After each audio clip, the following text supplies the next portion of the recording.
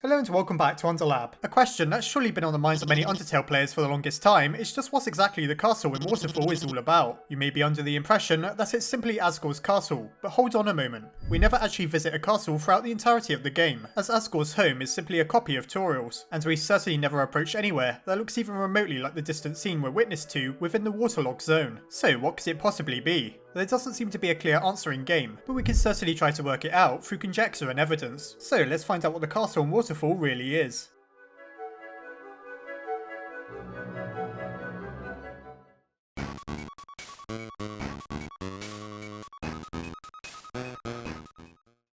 Let's firstly make sure we're on the same page. At some point while traversing Waterfall, we come across Moofinseeker yet again, where he joins us under our umbrella. After exploring for a while, we eventually come across a sprawling chasm, where in the darkness lies a great blue castle, a little bit like the one you see in Disney's logo. We walk on by within the shadows and it's never mentioned again. So just what exactly did we witness? Is this an actual area within the game? Is it ever even explained? Well, there isn't any obvious explanation, that's for certain. No matter who we ask, we don't receive a clear answer explaining the mystery castle. We're expected to just walk on by and not ask any questions. Within Hotland, we experience something similar. We see the core in the distance and we're left to wonder if we'll ever actually go there. However, as a matter of fact, we do actually go to the core later on. It's the big blue area we explore after Metaton Resort, so surely we also go to the castle at some point, right? Well, not exactly. The core at least resembles some sort of mechanized giant engine from within, so it's obvious enough where we are. Later on, we reach New Home, which is an area devoid of colour. There's nothing like the blue castle we saw earlier on in Waterfall, though this is the most probable place where we'll find it. Finally, after traversing through the city and Asgore's home, we reach an area that could be it. The Judgment Hall and the Throne Room certainly seem like they belong in a castle, but this has to be the strangest castle that's ever existed. Apparently it's within Asgore's basement, and the interior looks nothing like what should be outside. There isn't a hint of the colour blue anywhere. In fact, there's clearly light shining through many parts of both rooms. This evidently isn't the case for the castle, which appears to be in a pitch black abyss, with the exception of the crystals lining the ceiling, and those are varying shades of blue, not yellow, which is clearly the colour of the Judgment Hall. So are these two places really the same?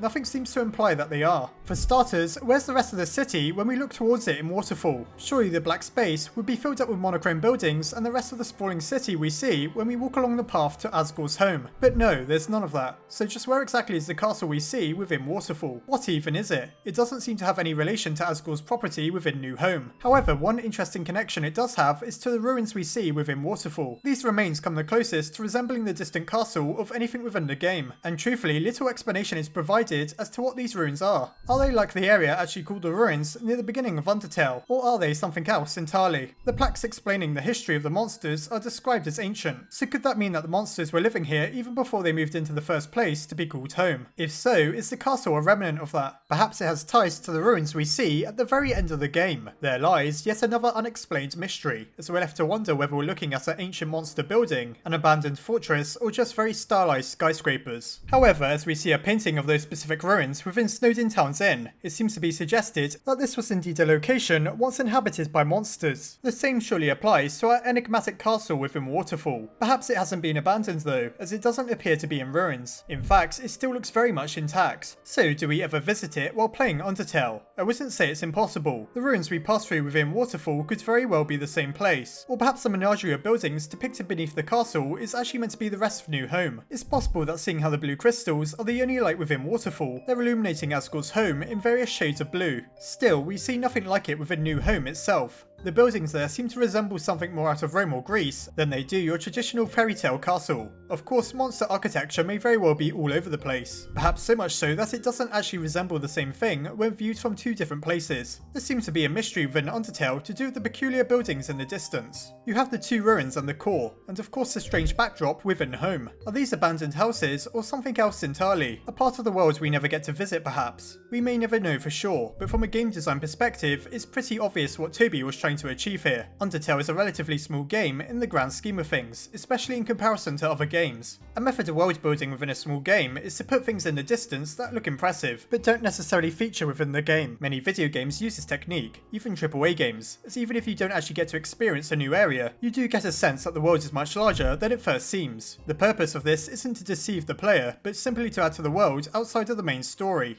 We may want to go and visit these places, but sometimes it's simply best we don't, as our imagination can create something far more interesting and appealing to our own personal preference. So how does this apply to Waterfall Castle? Well, it seems like it really was just left there for us to speculate over. There certainly are places it could be, but none really add up for certain, not unless Metaton has opened up a fantasy rendition of his resort within Hotland. But the castle by itself is an extremely noteworthy addition to the game, as it implies that there's much more to Undertale's world that we never really get to experience. That isn't necessarily a bad thing, it just wasn't a part of the story, and it seems the truth is the underground is far bigger than the relatively small area that we explore. Whatever this castle truly is probably of great significance to the monsters. So in summary, there's a good chance that the castle is seen within the game and is either a part of Waterfall, whether directly or indirectly, or it could just be New Home tinged blue. That, or it's entirely possible that like other parts of the game, such as a distant house within Snowdin, is purely there to give a sense of a greater world. Gazing at the castle in the distance makes for a sense of mystery and intrigue, and without even realising it, the game expands before our eyes. Unfortunately, it's impossible to confirm where it really is, but we can take a few good guesses, and at the end of the day, there's no denying that it's simply one damn cool castle.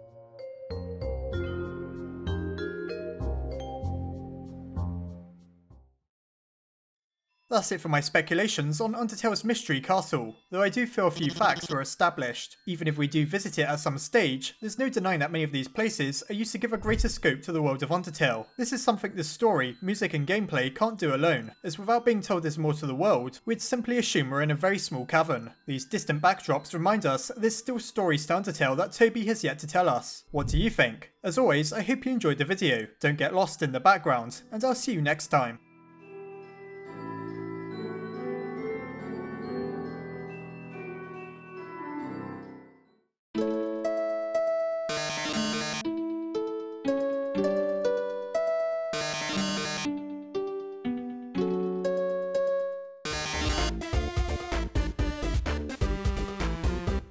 Before I go, I'd just like to say a massive thank you to my patrons. My head scientists Asgon Shi, Cameron Vigil, Kay Jensen, Sophronius, Mary Morkan, Oodaloo Noodaloo, Emily Gatewood, and Zelda Butterfay. And my Underlab scientists Crystal Sleet, Nicholas Dux, Armin Arlett, Marisa Ray, Corey Kidwell, Yushio Koroni, Sarah Wydra, Commander JNM, and Benjamin Harrison Miller. If you enjoyed this video, please consider checking out the Patreon link below, as well as the video that explains why I'd so massively appreciate your contribution.